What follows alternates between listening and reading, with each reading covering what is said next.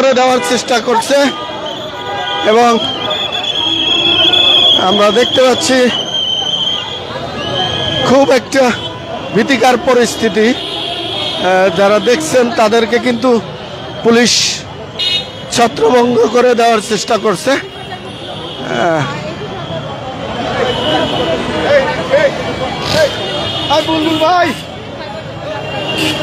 18তম viva নিবন্ধন বঞ্চিত হবু শিক্ষক আজকে প্রেস ক্লাবের সামনে অবস্থান করেছি, শান্তিপূর্ণ অবস্থান করেছি।